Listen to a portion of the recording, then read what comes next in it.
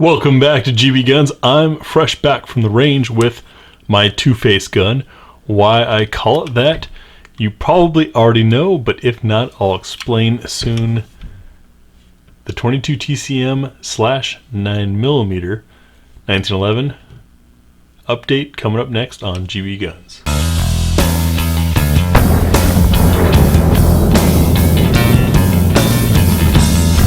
So my good friend Two-Face here, 22 TCM from Rock Island, is in the 22 TCM very powerful cartridge, or at least it feels that way. It's a lot of fun.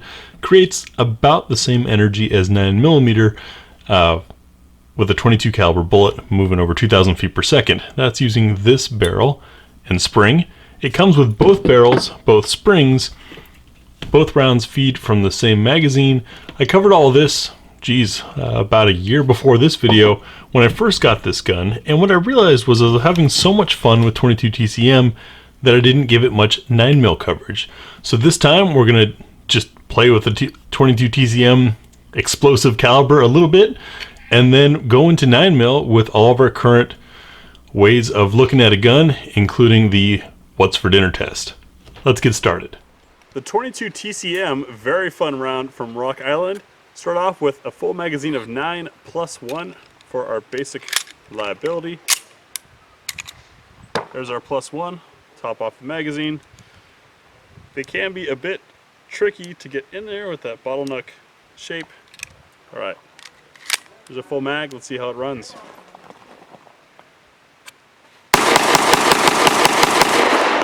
Five shots from 7 yards with, of course, Rock Island's ammo.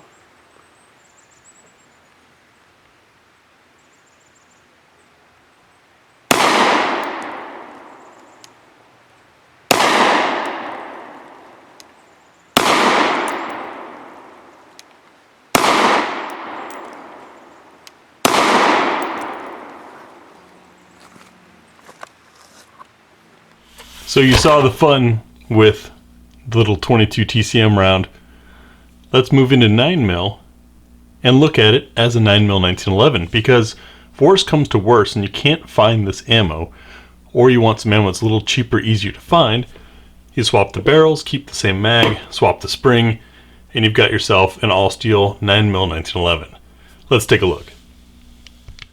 So by simply swapping the barrel and the spring with those included in the kit, the 22 TCM is now a 9mm 1911. What's not to like, right? 9mm 1911s are somewhat notorious for being picky about ammo or having issues. So we're going to do our what's for dinner test. We're starting off with a 165 grain Hush, very heavy, flat bullet moving very slowly, and see how it cycles in the shot. Limp wrist a bit. If I hold steady, we're fine, but it didn't lock back. Nothing too exciting since that is subsonic ammo. Also subsonic, we're going to do Browning 147 grain.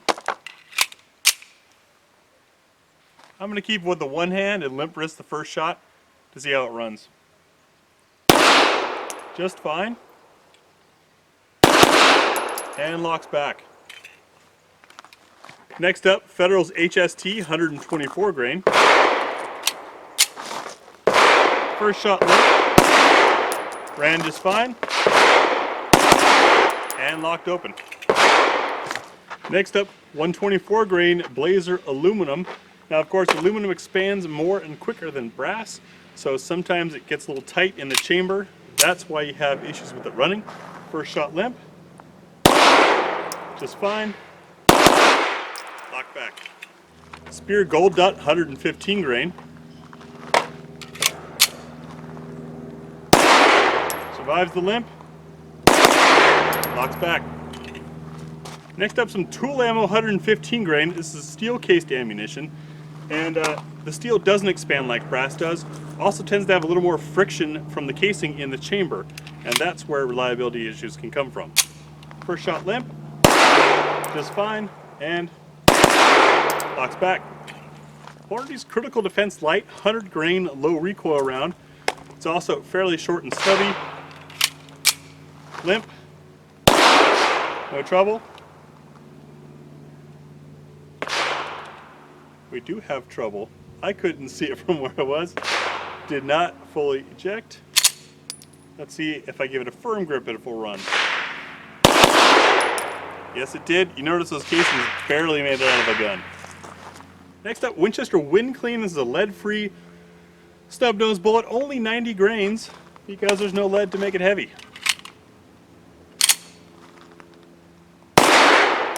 Survived the limp. Locks back. Next up, Liberty's Civil Trainer. Very lightweight, very light recoil, 65 grain, moving at 1,710 feet per second. That's pretty quick. Survived the limp. Locks back. Now the lightest one we've got, the Inceptor RNP. This is also 65 grain, but only going 1,525 feet per second. Still pretty damn fast, but 200 feet per second slower than the last load.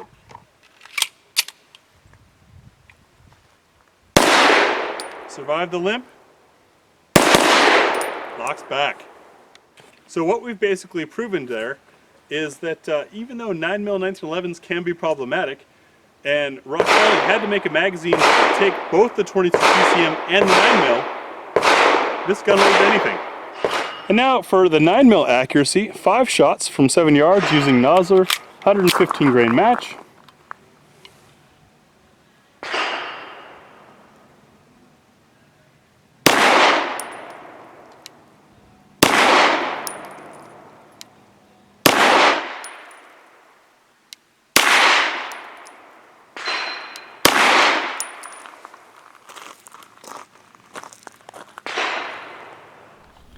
So now you've seen both sides of Two-Face here.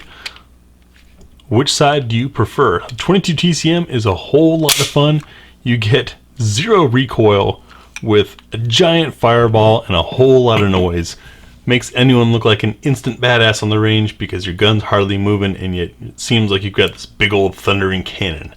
It's fun, gives some variety to shooting. And then you swap it over into 9mm and you've got yourself an all steel, nice heavy full dust cover, flared magwell, actual true flaring on the outside there. 1911. All the great crisp single action trigger of 1911 in the much more affordable and commonly available 9mm, which gives you also a very wide variety of rounds to test. As you saw, the rounds that I had on hand did just fine in this thing, and it proved to be quite accurate, all at really less than what most other 1911s go for. You're really getting 2 in 1, and that's what's made this guy a favorite and why it's wearing the GBGuns logo. Hope you found this educational, entertaining. If you want to know more about this, check my older videos. I go more in depth on the 22 TCM itself. I also have a gel block test on it that we did about a year ago or so. That's the 22 TCM in its name cartridge and 9mm. Thanks for watching.